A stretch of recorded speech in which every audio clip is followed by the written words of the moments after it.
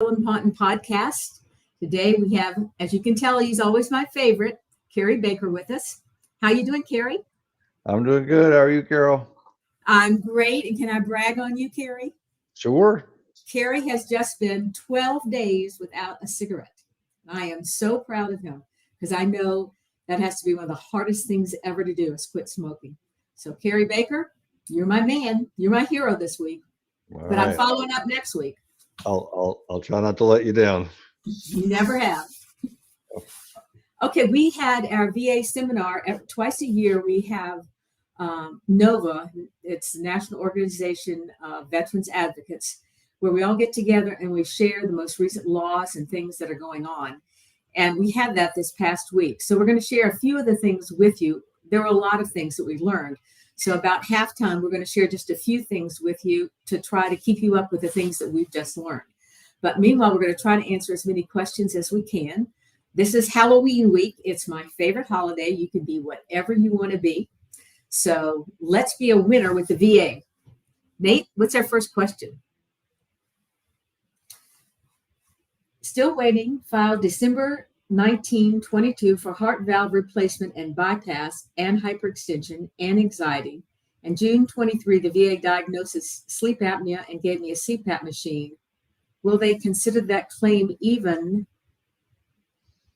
though I didn't file for it 2 months since my second C&T exam waiting for the heart valve replacement and bypass and hypertension and anxiety? No, they will not. You need to file for that. Anything I can do but call every week. If you need a valve replacement and bypass, I think you should tell them that you have a pretty serious medical condition and you really need that your claims be evaluated. And there's a form, I can't remember the name of it, Nate. Would you pull that up if you have a chance? There's a form that if you file that, it asks for expedite at the regional office. Anything else you did, Kerry, to get her claim moving? No, not really. I mean, I don't see any. You did it. The first claim in December of 22. That is kind of a long time frame these days for a typical claim. It's not. It's not uncommonly long. We see that all the time, but it is longer than most claims these days. It could be a ton of reasons why it's taken that long. Now if you're, I'm not sure what the question was, but can I call every week? If you're talking about calling every week to try to get them to go faster on the claim, you're talking about calling the toll-free number. You can certainly do that. I don't know that by itself would actually get it done any faster. I personally don't think it would. I could be wrong on that. I don't think you are, Kerry, and I think that's one of the things I learned at the seminar.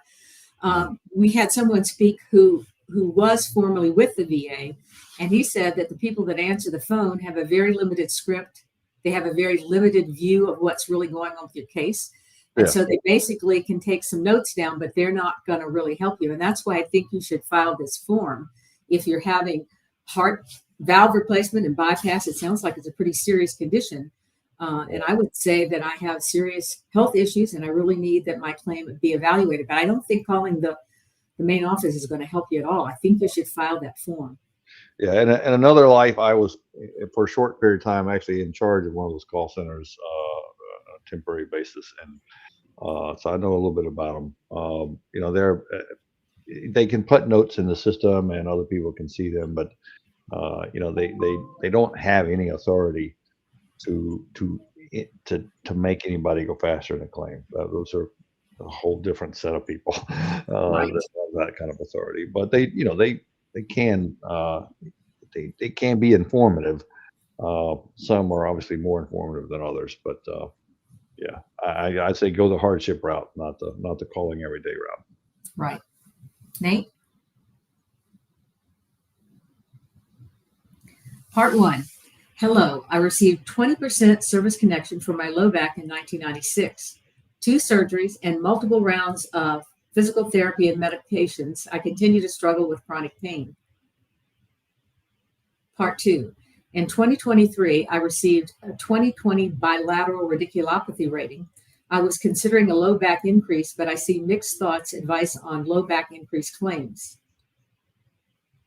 Thoughts on low back increase? Thank you for all the great advice. Kerry, what would you advise? Well, you're 20%. You got 20% for each extremity. Collectively, not a bad rating for a back. I know probably a lot of people out there are going to tell me, no, that's not true. That's a terrible rating for a back. It's not a bad rating for a back. Yeah, the low back itself, not talking about the radiculopathy, but the low back rating itself can go higher.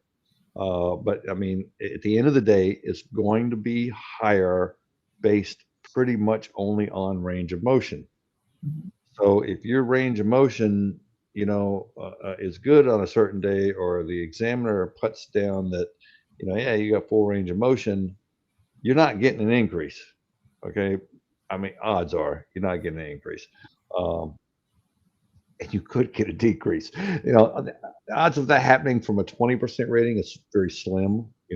I mean, most of the time, if your average back increase, if you were at 20%, my opinion only here, is that you'd get a continued rating at 20%. Okay. Now, if you weren't rated for the radiculopathy, you'd get rated for the radiculopathy. So that no one can say what's going to happen with that claim. It could go higher. They could do ratings on the lower extremities. It could go against you. I mean, it depends on that examination. I don't trust examiners these days. It's a crapshoot. You might get a very good one and come out good. You might, get a terrible one. And I can't remember the question. How long had the 20% been in effect? I think he's had it over 20 years, so they can't reduce him on the back, but they could on the radiculopathy. They could, yeah. But I think if you're not working, he's got a bilateral 20/20 now, and he's got 20. So I think that adds up to 60. I don't have my book in front of me, but if you're not working, 20/20 bilateral, I think that ought to put him up at least 60%, right? 80, let me see here, 20, that's 36, at 3.6 bilateral, that's 40. Plus 20. 30, yeah, that rounds up to, so 40 and a 20. What is this? Let's see. Everybody's going, well, that's 60. You dumbass. So that would qualify. I'm not adding it up. I'm doing VA math in my head here. So 20 of 60, that's 12. That's 52. That's I just did that in my head. So I think that combines to 52. Oh, okay. I think. Well, I think I'd go ahead and try it. You can't have, if you think that you have real problems with radiculopathy, pain, numbness going down your leg, really problems, so they wouldn't reduce that, then go ahead and try for the back, because the thing is, they're going to look at the radiculopathy when they look at the back. So if you think your back is really restricted in range of motion, very restricted, then maybe you could get a 40. So it's up to you, really. You're good there. As long as you've had it for 20 years or more, then you're not going to get reduced on the back. Right, on the back. Yeah. So the radiculopathy is something else, but you may have really severe radiculopathy. See, it's really hard to say without seeing your medical records. Do you have an MRI that shows there's stenosis or there's impingement of the nerve that would be causing this? I mean, all of those things would tell us whether there's more likelihood that you're going to be getting a higher rating. But I wouldn't worry about the back when that's 20. That's not going to change. It's the radiculopathy. Yeah. And the radiculopathy is somewhat subjective. So, right. And you've got some protection there. As long as you don't go in and say, yeah, I'm good. I run 5 miles a day. And, I'm not telling you what to say. And that would, but I'm just saying there's some subjectivity in the. Now, if you've got muscle atrophy from a radiculopathy, and that's shown, you can see that in your legs, and that's a definite sign of an increase. Then I think you definitely be pretty safe there. Or if you have foot drop, if when you go to walk, your foot drags, that's a 60% rating right there. So those kind of things would tell us, yes, you should definitely go for an increase. So we're just kind of guessing here since we don't see your medical records. But good luck to you. Nate? 100% PTSD, 10% for tinnitus, 10% each left-right radiculopathy, and 20% for degenerative disc disease. Should I apply for aid and attendance and special housing adaptability? And if so, what are the chances of approval? Kerry? Currently in need of safety bars and seat for bathroom and generator for heart condition. Whoa. All right. So based on the service, it sounds like there might be more than just the service connected things going on there. But based just on the service connected conditions that Carol just read off there, I don't see any loss of use. And that is going to shoot down the specially adapted housing. I'm just telling you that right up front. Now, if the heart condition is requiring that, and it's not service connected, then no, that's not going to get you the specially adapted housing because it's not service connected.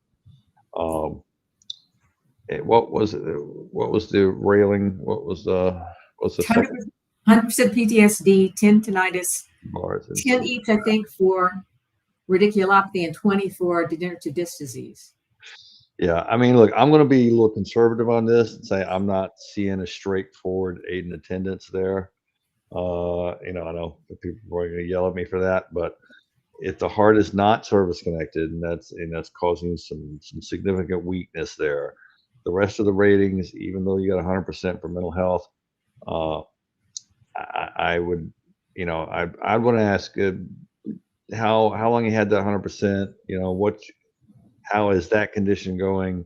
Those other ratings are kind of low. Have you had them for a while and the conditions greatly increased? Because that obviously could change things. The sheer fact that you've got railings on a bath, on a commode, that alone is not going to get you aid and attendance. Because if that allows you to use the bathroom on your own, the railings and all that, then that's not the same as needing assistance from another person for that daily activity. And that's not the only daily activity that they're, now obviously you don't have to need assistance for every single daily activity. So I don't want to make it sound like I'm saying that, but just based on what I saw there, I would say I'm not seeing it.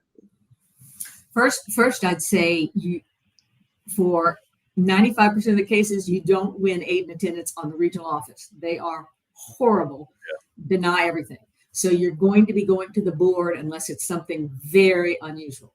And what the board is looking for is you need someone else to help you to keep you safe.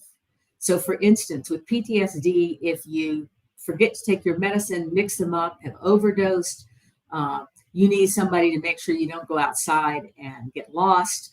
If you need somebody to actually watch you during the day to keep you safe, because I'm looking at the PTSD more than anything else. If that PTSD really impairs you so that you are unsafe without that help, then you might have a good aid and attendance case. Like Kerry, I'm worried that the heart is contributing to your needs, and that won't be counted. Okay, they're only going to look at the service-connected problems as regard to whether or not you need aid and attendance here. So you need to figure out what actually you need, what help you're getting, and is it related to safety? The fact that you may need somebody to do a few things for you, but it has nothing to do with your hygiene, with your ability to eat, with your taking your medicine, going to the doctor, those things are not going to help you. So I would need to see the list of things that you really need help on. And the safety is an important thing because most people don't look at this, but if you look at the aid and attendance criteria at 3.350 subsection, I don't remember, you'll see all of the daily needs of living, okay, daily activities of daily living, the feeding yourself, bathing yourself, dressing yourself, but then this safety, this ability to keep oneself safe from the hazards of living, and that's where we see the mental health, like Carol said, come into play more than anything else. That's really a separate criteria, all right, than being able to feed yourself and go to the bathroom by yourself. Right. And so it's really, some people look at it just as another criteria. but in reality, it's a separate criteria. You know, you've got the daily needs of living, and you've got the ability to keep yourself free of harm. You know, are you going to burn the house down? And that, don't use that as your only one. I mean, like Carol said, do you get lost? You know, are you suicidal? Or you know, that type of thing. And that's, you know, that's where that comes into play at. So if you meet that criteria, then you might not need the, you know, the other, you know, bathing and feeding and all that type of stuff. And the form is VA 2680, okay, 21-2680. You should get that form and look at it and see what things regarding safety do you think apply to you. And then take it to your doctor, see if they'll fill it out for you. Go over with them the things that are a problem and see if they will help you with that. One of the things I would caution you on there is that form asks whether or not you're capable of handling your funds. If the doctor says no, then they're going to find you incompetent. So I always caution people, watch out for that. It doesn't matter who's paying the bills. It just matters, are you competent? You know how much money you have coming in, what's going out, and you're not, and you're in charge of what's happening with your money. Who actually pays the bills makes no difference. But always be careful of that question. You don't want the VA to find you incompetent. Nate? Can I still submit evidence as my claim has been remanded back to the regional office from the VBA while I wait for a decision? Absolutely, you can, and you should. Mhm.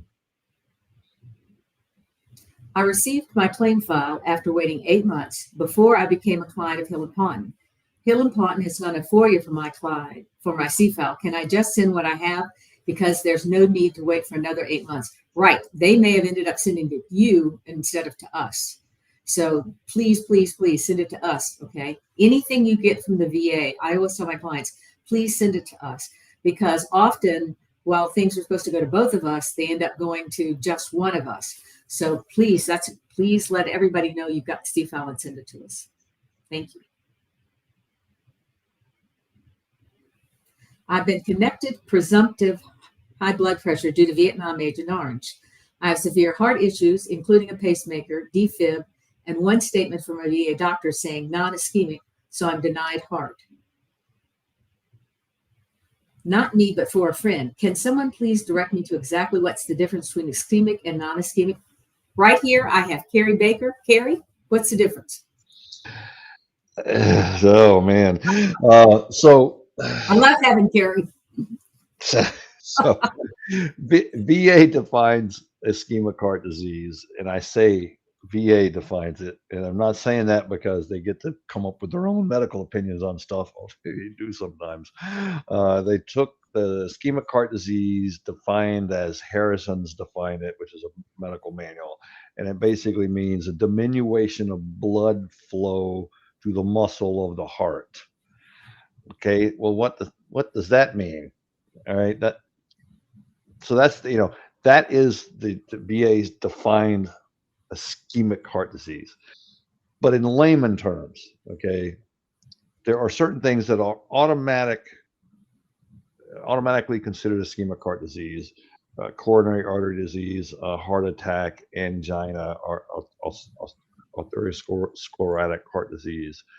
Um, and really, what you're talking about there, 90% of the time, is coronary artery disease. And that's not the only thing, but that's the majority of what ischemic heart disease is. And that's a clogging of the arteries in the heart muscle.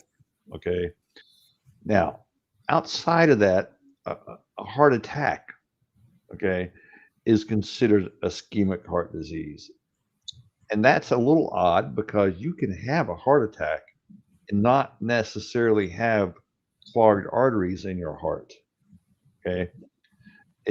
But if you've had a heart attack, that's IHD. If you've got coronary artery disease, that's IHD. If you have angina, that's IHD, although you can have angina from things that are not ischemic. Right. So it gets a little weird in certain areas. All right.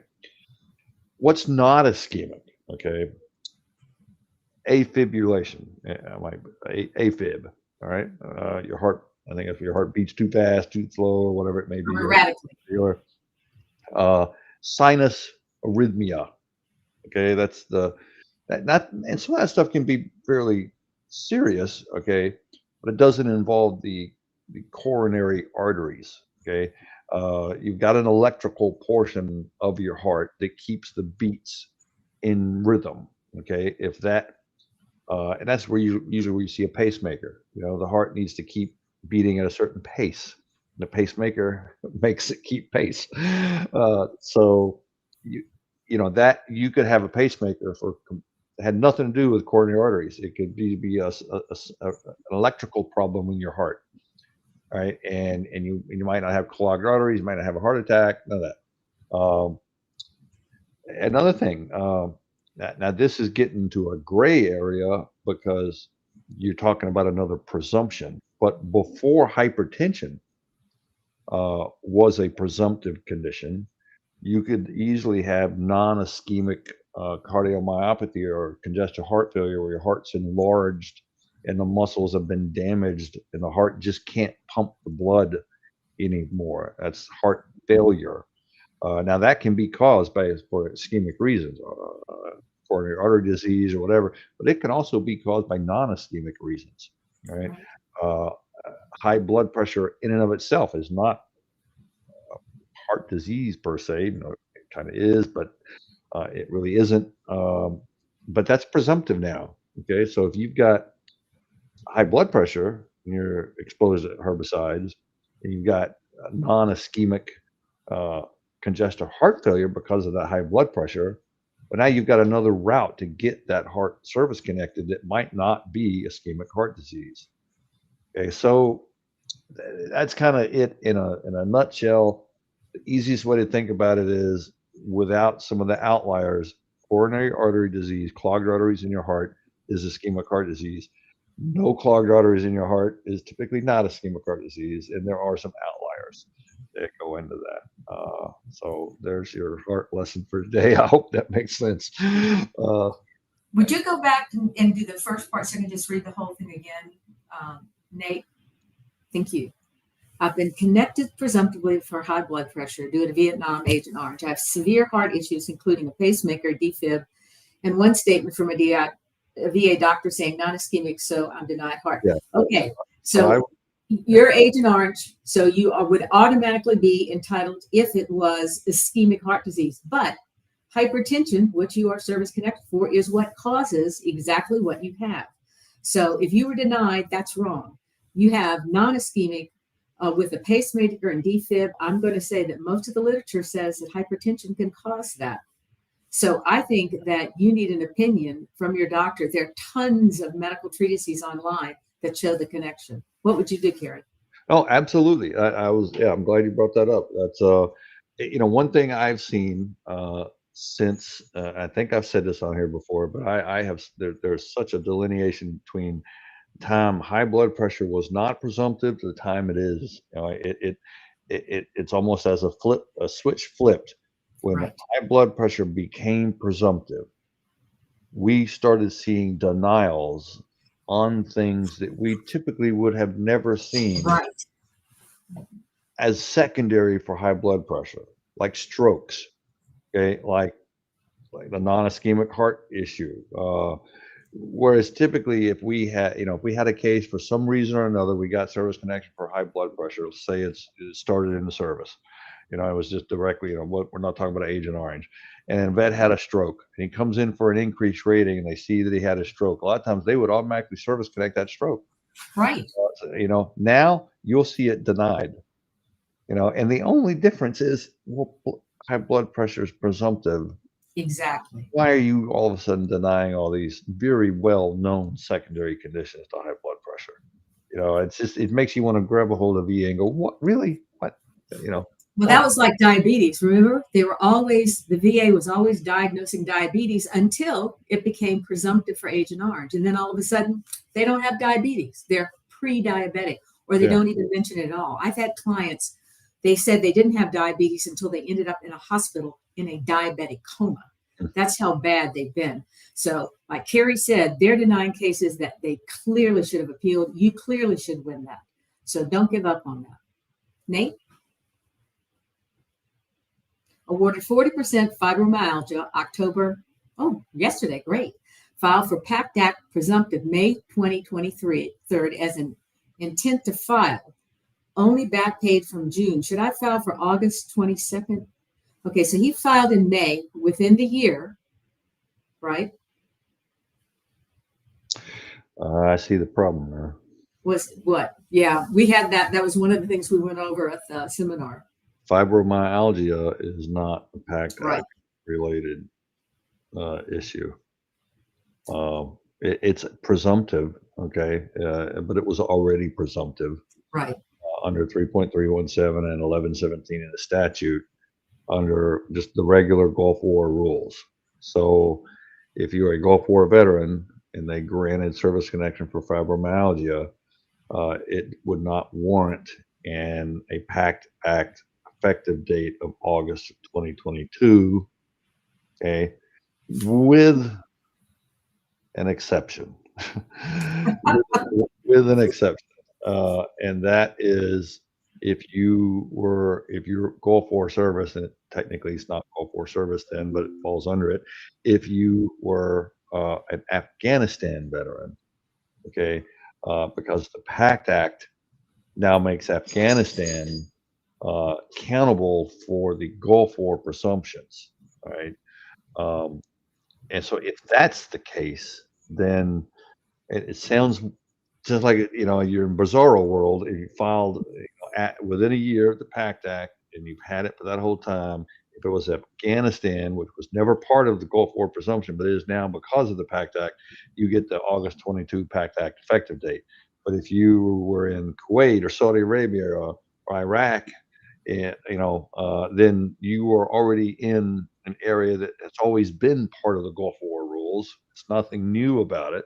It's not PACT Act related. Then you get the data claim. So if you filed in ITF in May, you might be reading the cover letter wrong. So they would start paying you in June. So if you're reading the cover letter and it says effective June 1st, you get this much money.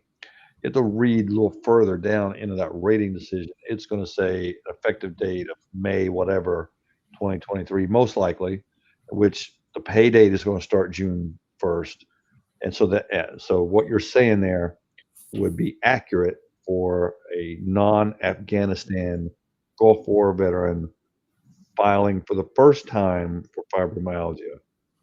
I say first time because if you filed a higher level review and a supplemental claim and you've been going at this for a while, that could change everything I just said. So take that with a grain of salt. That's your first claim for it, and they diagnosed you with it, and you're a Gulf War vet, not Afghanistan. That's the effective date that you're going to get.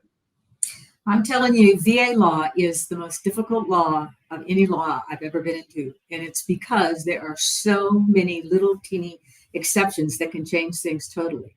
For instance, if you first filed a claim May 23rd and you're awarded, you don't get paid until June. You're not entitled to a check until June 23rd, which is not paid until July. Okay, remember they pay 1 month in arrears. So just that. And then the fact that it's only Afghanistan that would be included in this August 22nd retro. So VA law is really hard, and you need to make sure that you really get the right answers before you start acting on it. I've seen so many people that have gone to people who really don't know what they're doing, and they have lost their claims because they didn't know. So please watch us, read, look into everything you can so that you get the right answer. I recently had a PACT Act claim that was fully developed, closed, and combined with an erectile dysfunction claim that was filed 2 days apart back in May. Is that common? Okay, closed and combined with an erectile that was filed. Is that common for the VA to do that without rating the PACT Act claim separately? I'm not sure I understand that question, Kerry. Will you put it back? Okay. PACT Act claim, closed and combined. Well, they may have clearly seen that erectile dysfunction was a consequence or a part of a claim that they granted you. Wouldn't you think that's what happened there? Possibly. There's I mean, hypertension can cause erectile dysfunction. So if it was hypertension, for instance, I mean, there's a few unknowns there, but yeah, I mean, they can uh, combine claims. Um, it's it, not common. it's right. These days, it's not common, especially. Um, but they also now they close claims a lot for incorrect reasons. Right. Uh, so if you don't have a rating decision, you're still waiting on this claim. I would probably try calling VA Well, or it seems like he did get it, but what he is saying is they combined it with the original PACT Act claim. I had they PACT. they could do that. I mean, as long as if they decided all the issues, uh, then you're I'm fine. guess. Here's my guess. He got hypertension at 0. He got hypertension at 0 with erectile dysfunction, which is SMCK or something like that, and that's why it's combined together. He's talking about. Yeah, Expect no love. I need a little more information, don't you think, Kerry? yeah. I need a little more information. At the end of the day, if they addressed all your issues in the both of Uh-huh. those claims in one rating, you're fine. Right? Just appeal if you're going to appeal it. Appeal that Right. rating, whatever issues you're going to appeal. If they did not address all the issues that were made up both claims, then now you've got a problem, and you've got to figure out why they didn't address some of the issues. Are they still pending? Are you going to get another decision? But I'm speculating there. I don't know what's going on with the case, so yeah, I need a little bit more info. Are cars still a thing? Yes. And if so, is there a time advantage to using the method over a regular? Yes. I don't know about you, Kerry, but I'm found a car is a higher level review filed within 30 days of the decision. And I am finding that they are being decided much quicker because the higher level reviews, Kerry, I'm finding some of them are taking over a year. And remember, I think you were with me when we were finding so many veterans were running into the same thing that they are much. So a car is a higher level review, but it has to be filed within 30 days of the rating decision. So the regular higher level reviews are taking a year. I'm finding cars are done much quicker than that. How about you, Kerry? Generally, yeah, I don't do a whole lot of cars, but the few that I've seen were done quicker. They were also well, I Yeah, hesitate. I know what you're going to I say. hesitate to say no-brainer mistakes, but they were, and that's what the car is supposed to be designed for, as my understanding of it. But now I also know that PMC cases, if you're waiting on a HLR or a PMC case, Pension Management Center, which is like a survivor's case, all right, they're going to take longer because it's the PMC, and they They just are really behind. if it's a VA employee case, if filed for some reason in St. Paul at the rack, uh, those are going to take longer. I've got some of those, and they take considerably longer. Obviously, that's rare, and most cases aren't going to fall in that category. But you very well could be a surviving spouse waiting on a HLR, and those are going to take longer. So your typical non-surviving spouse, non-VA employee, they are taking longer. They're still not as long as the others, um, but they are slowly inching longer and longer. And Right. I think that's it's a workload issue inside VA, I believe, just like all of the backlogs that are slowly getting worse. They're all workload issues within VA, I think. And I find the cars, it depends on who gets them. One group gets them and they're automatic denials. Another group gets them and then I have a chance of getting what I'm asking for. So that's the other problem with the car Mm. decisions. It's a 50-50 as to who gets them.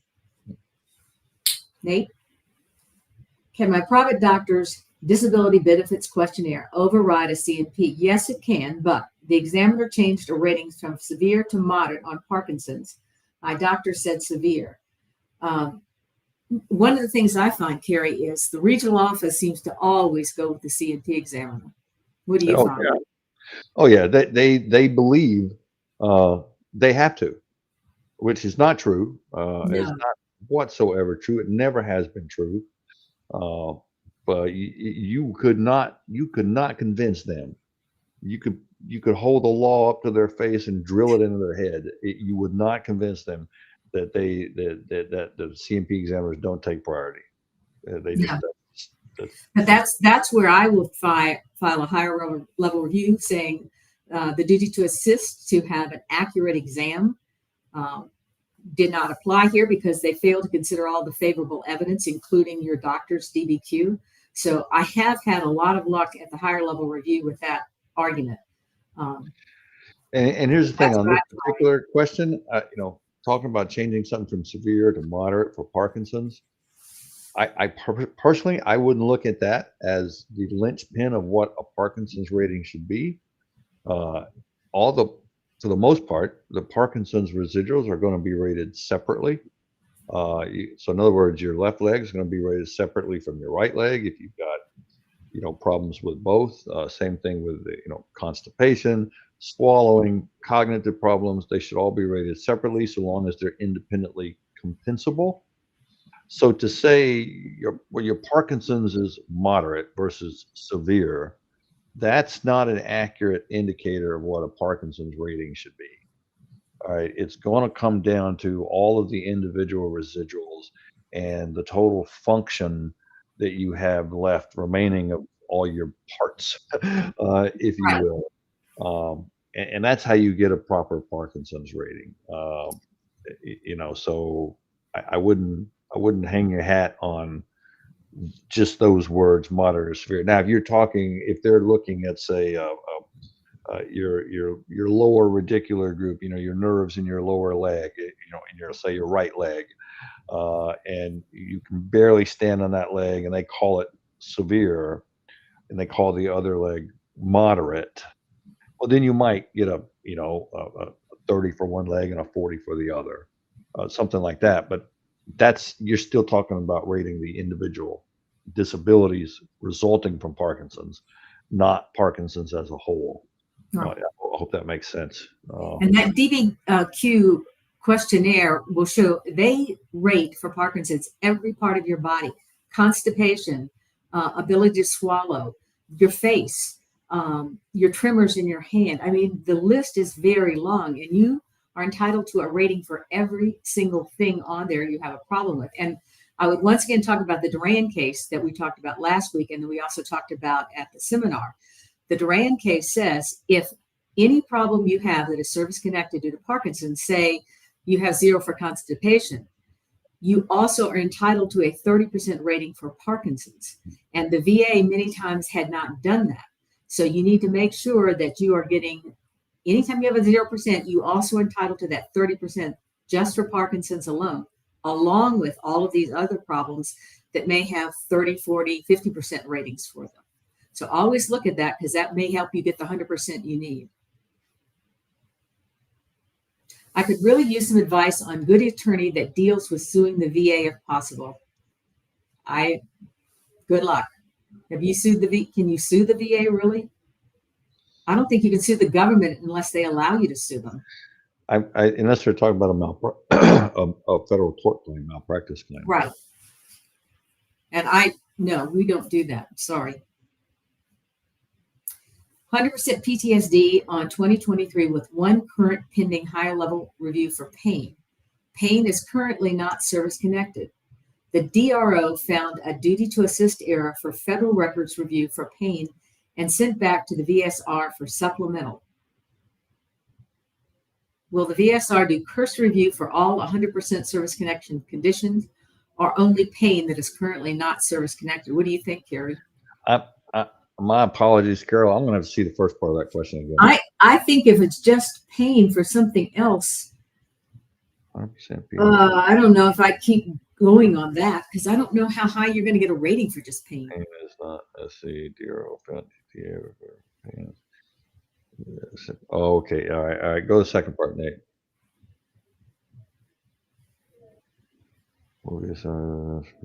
Yeah.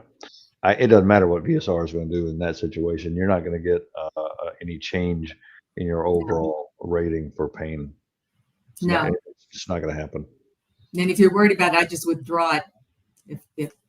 If you're worried about losing 100%, because I don't see you getting anything more for that either. For filing an increase, should I use the 526? Yes. Can this form be uploaded into Quick Submit? I think so. Or do I have to, no mailing? I think you can upload all of these. The VA is trying to get people not to mail things, but to upload them into their system. And you still can fax them to the EIC if you have a fax machine. Yeah. To request my C-file, can I submit the form using VA Quick Submit? Now, I don't know, Kerry. I don't. It's actually a good question. We use Quick Submit, obviously. Yeah. But I don't know if individual veterans have access to Quick Submit. You might, if you do, if this question absolutely, is then absolutely use it because it does work. Right. If you were somebody, we use it all the time. Right. Yeah. If you were to ask me, do veterans out there get access to Quick Submit, or can you? I don't know the answer to that question. I don't either. But we use it all the time, so it's great. Use it if you can. Yeah. But now if you VA portal, Quick Submit, whichever one you have, if you have one of them, use it. But both of them would work. But if you get access to Quick Submit, absolutely. Right. Hi, Gerald. I need to know when I finish my paperwork for claims, I'm going to file through my intent to file. Should I file the claims that are secondary to the ones I haven't been granted? Always file every claim you think you're entitled to now. You can file an intent to file if you cannot possibly file your claim, but file the claims now. Don't wait to file secondary claims, because then you're going to get in a fight with VA. Once they grant you, then they're going to say, oh, no, you're now entitled to this date. Don't set yourself up for a fight. Just file everything right away if you feel you're entitled to those benefits. Would you agree, Kerry? Absolutely. And your intent to file is only going to apply to that very next claim.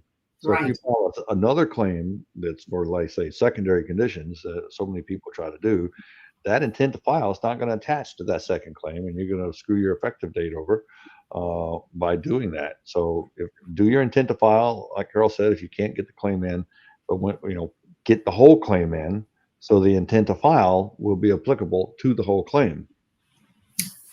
I do want to talk about a few of the things that I learned last week, and I was kind of shocked. Under this new system that the VA has, I was told that a person at the VA may only touch your file once. And I had thought that the claim may come back to the same person for a number of times.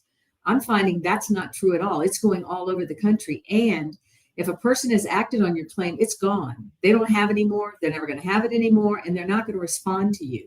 So that's something I didn't know. When we are looking into our VA site, we can often see that somebody is actually working on the claim. But once that is done, that person doesn't have it anymore. If you send them an email, they're not going to look at it. The other thing was the talk about the call center, that the call center has gotten more and more they don't really have access to tell you what's really going on. They can only take a message. So you need to know that. I have a lot of clients who call and they're really upset because they say, the call center said this. Well, you can call back, and the next time the call center may say that. And that's a real problem because they don't know exactly what's going on, and because they've had very little training, a lot of times they're giving you information that's not really correct. So please don't get crazy when you call and they say something. I find the VA is form driven. If you want some information, you need to file a form with the VA. File a 4138 saying, my case has been pending for so long, what's the status? Do something where the VA has to react. They're not going to react to those phone calls. And I know it's frustrating because we see the VA taking longer and longer. One of the things I just found out that I can't post here because it will knock me off the screen is when veterans come to me, I often find that the way that we get them the 100% is by filing for things they haven't filed for, but which are usually secondary to things that they are trying to get service connection for. For instance, hearing and tinnitus. Most people with a hearing rating get a 0% and tinnitus is 10%. Well, what if they have depression secondary to that? You're taking medication, upset, you're easily going to get a 30 or 50% rating right there.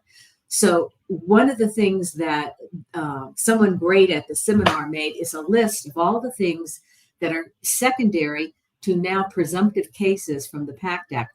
By the way, one of them was the hypertensive heart disease due to hypertension.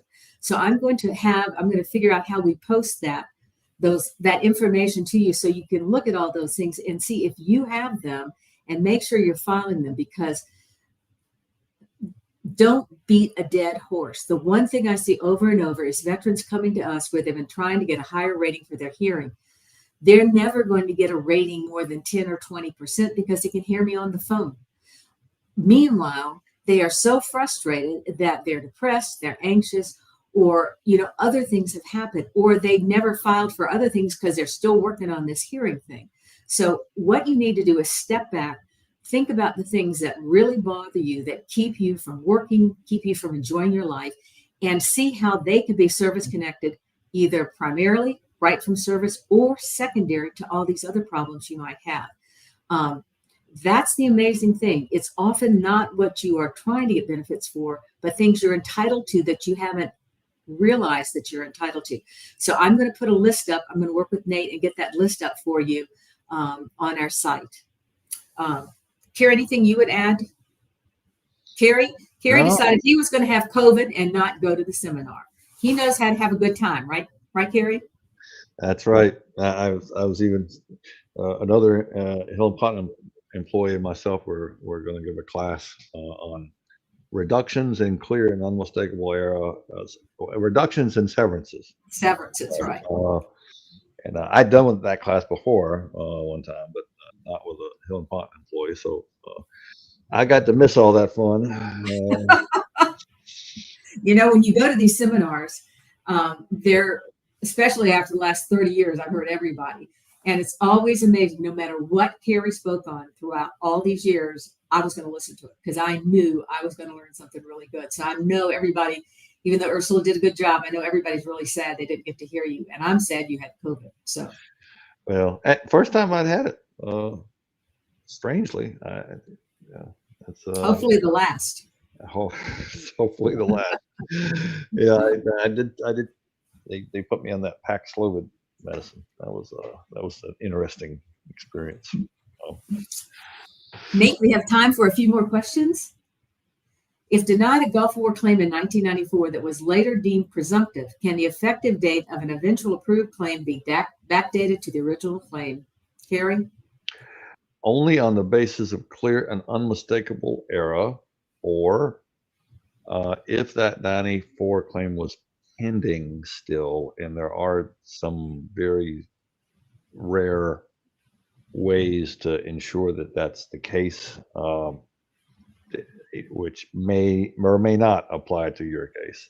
But let's just say if it was decided in 94 and nothing else happened for, say, 5 years in the case, and that 94 decision was not clearly and unmistakably erroneous in accordance with the law at the time, then odds are no, it's not going to go back.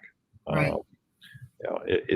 I've seen it happen on Gulf War cases, but the problem with clear and unmistakable errors in Gulf War cases is they are so nobody knows how to adjudicate these things. They don't know what stuff means when it comes to Gulf War claims. So to prove a clear and unmistakable error in those kinds of cases is really hard. I've done it, but it was so clear cut, and it was presumptive at the time, whereas if something not when they decided the case, a change in law doesn't make a previous denial clearly and unmistakably erroneous. So, but it's worth looking into. Right. Now with the PACT Act, especially that, there may be something better going forward for you if you can't get something retrospectively. So don't.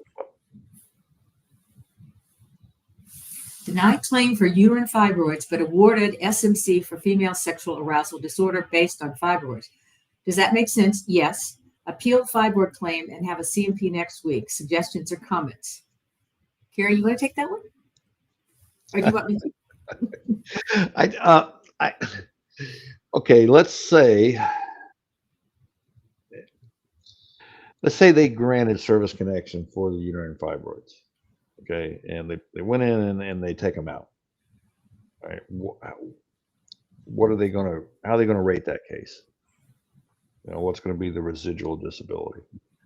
And I'm not saying you don't have any, obviously, but I can see cases where there are none. There is no residual disability, or everything's already encompassed in the female sexual arousal disorder, or are you getting SMCK for loss of use of creative organ? Or do you have loss of use of a creative organ? I mean, there's a lot of things going on there. But I wouldn't. The uterine fibroids may not be something that's going to affect your overall claim that much, but it just depends on what the residuals are, what the functional limitations are, and beyond that, I'll let Carol I'll talk about that. I've had those, so I can talk about those. The female sexual arousal is totally different, I think. Fibroids can be minorly bothersome, or they can be causing severe pain plus loss of blood, anemia, and they can keep you from getting pregnant or make you lose pregnancy. So fibroids can run, or they can make you have to have a hysterectomy. So the fibroids can run the gamut of things. I don't really know what's happened with you, but I would think that I would appeal the fibroid claim because that would be different from female sexual arousal. But I think you should get the rating out, look at what the examiner is going to be looking at, and make sure you point out all the problems you have because of the fibroids. Fibroids are no small problem, let me tell you, they're awful. So if you have those, make sure they know all of the problems. Have you lost children? Have you had miscarriages? Have you had to miss days of work because you have so much pain? Are you anemic because you're losing blood? Make sure they know the full gamut of what's going on with you. You did ask the right question, though. Does that make sense? Because only VA would service connect the result of something and deny the cause. Exactly. Once again, do recently discharged veterans need to submit statement of claim and other documents when submitting a claim? Are conditions presumed service connection? How are recently discharged veterans handled? Do they need to submit a statement of claim? Well, this is a very kind of difficult question to answer, don't you think, Kerry? Because if you're filing for hypertension and you had hypertension in service, you wouldn't need a statement of claim. But if you're filing for PTSD and you had depression or some kind of mental problem, I think you do need to file a statement of the claim, wouldn't you? So it really depends on exactly what you're filing for. Yeah, something like this is always going to be case specific. Right. I mean, you generally, if you've got evidence of what you're claiming in your service records and you're filing at discharge, you typically don't need a statement on something like Right. that. Now when you say filing at discharge, are you filing part of a discharge review,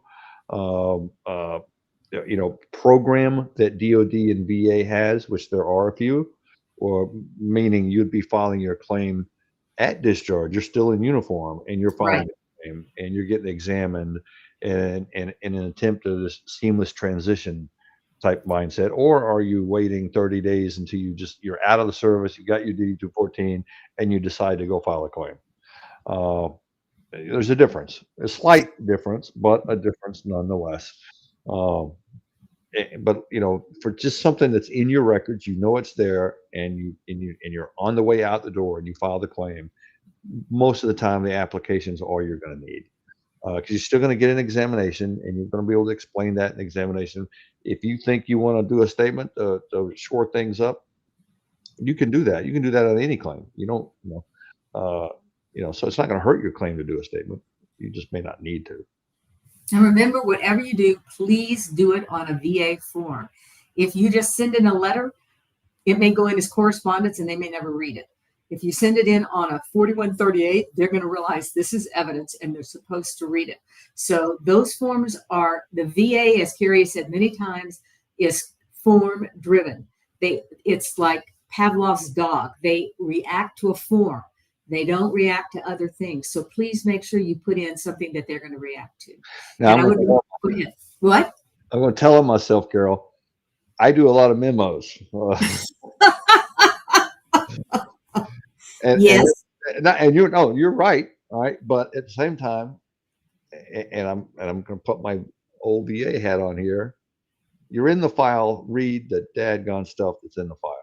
Well, that's why you are good. You are excellent at what you do, Kerry, and you are just as excellent at the VA. But I have to tell you, you're right. I just expect them to submit an argument, read the argument, but I agree with you there.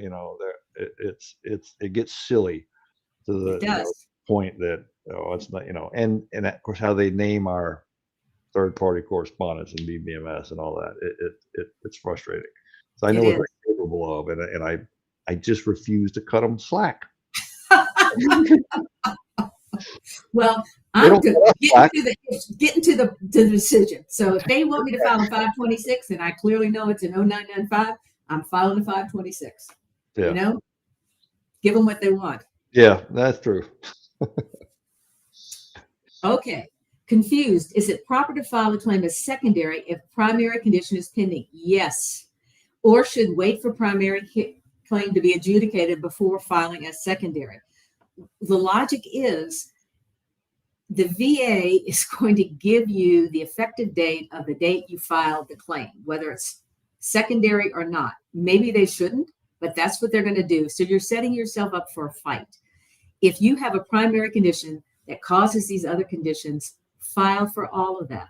You're sort of putting the VA on notice. Hey, I have all of these conditions, instead of them saying, well, you never told us you had this condition. So always file for all of those claims. Please don't short yourself. That's the logic. And another thing, I have veterans who say, why should I file for unemployability? They're not working. They can't work because of a VA problem, but they're not service connected yet. Well, I want the VA to know right now, I'm filing for PTSD and my client can't work because of PTSD. I'm putting them on notice that my client is entitled to all of this right now. I don't understand why I should wait and get the PTSD. Then maybe I can get the unemployability, and knowing some of the VA people, I'm going to get the unemployability the date I filed for that. So that's the logic. You want to always file as soon as you can so that hopefully you will get the earliest effective date. Anything to add, Kerry, to that? No, I agree. I agree 100%. Don't wait. If you know it's going to be a claim, do it now. And with the AMA process, we see there's so many more ratings in a case, in your typical case, all right, compared to when it was just legacy, and when you're, as a representative, and as a VA employee, because if it's tough on us, I guarantee it's tough on the VA employees because they don't even go to the second page in the file half the time. That's more to go through to figure out what's the right effective date for this issue versus that issue. Keep it simple.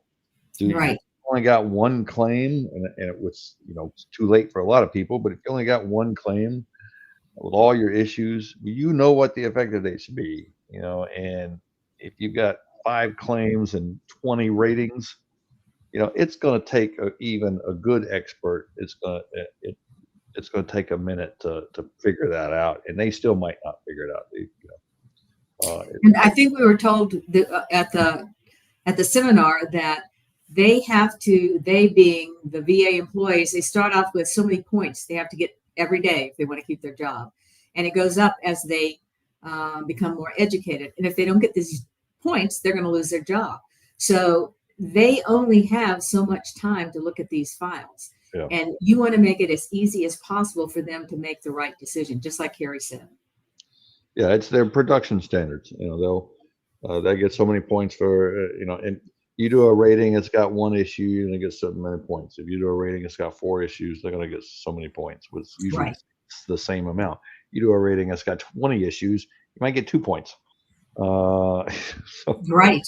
But yeah, there's a lot that's always been the case. That's nothing new. That they always have production standards, and it gets to a ridiculous level in VA. Okay, last question. 100% PTSD in 2023 for PTSD. 100% permanent total in 2023 for PTSD, and fighting for my back pay. Should I wait till I have my hearing for back pay before filing? No. No, file your claim, whatever it is, as soon as you can. The 100% back pay for PTSD has nothing to do for service connection for erectile dysfunction. File the claim. I'm going to write this on my forehead. How about you, Kerry? File the claim. I was gonna say, we should, when we do these videos, there should be some questions that are always answered the same way, and they should always be posted on the side. And Please file the claim. That I don't know where that started. I don't know where that started, Kerry, but it's always driven me crazy. My clients will come to me and I'm still waiting to file these claims until I get this. And I'm going, why? So I don't see logic on the other side. I'm gonna go out on a limb and say it's likely to have something to do with a VSO. I didn't say that, but you know that. So if you're getting that advice, please ignore it. I mean, these people have your best interests at heart, but they've had maybe 6 weeks of education on how to do this. Kerry and I have been doing this for years and years and years, and that's all we do. We spend all our time doing this. You know, if you go out to dinner with my husband and I and our son and our daughter-in-law, all you're going to hear about is VA law, because that's all we talk about. What do you think about if I do this? And Kerry, it's the same thing. We ask each other. It's not just something we do when we go home. It drives our lives. So please don't listen to people that they have good intentions, but how much education do they really have? How much experience? I'm just glad to hear that when you guys go out to dinner, the topic is not, what should we do with that baker guy? We love that baker guy. You can't tell. In fact, you're the one we call when we can't figure it out or when we have a fight. How many times have I called you and said, Brian says, and I say, hey, I don't want to get in your fights now. Because well, I'm going to side with Carol every time. That's a smart man. We have enjoyed our hour with you. I hope you have a great week and happy Halloween. I'd like to hear what costume. Maybe you can send us a picture of your costume next time instead of your thumbs up. I'd love that. And Kerry, it's always great being with you. 12 days. If you're with me next week, we'll have 19 days, right? 19 so everybody days. Stand by for the report. Bye, everyone. And no one's got hurt around me yet.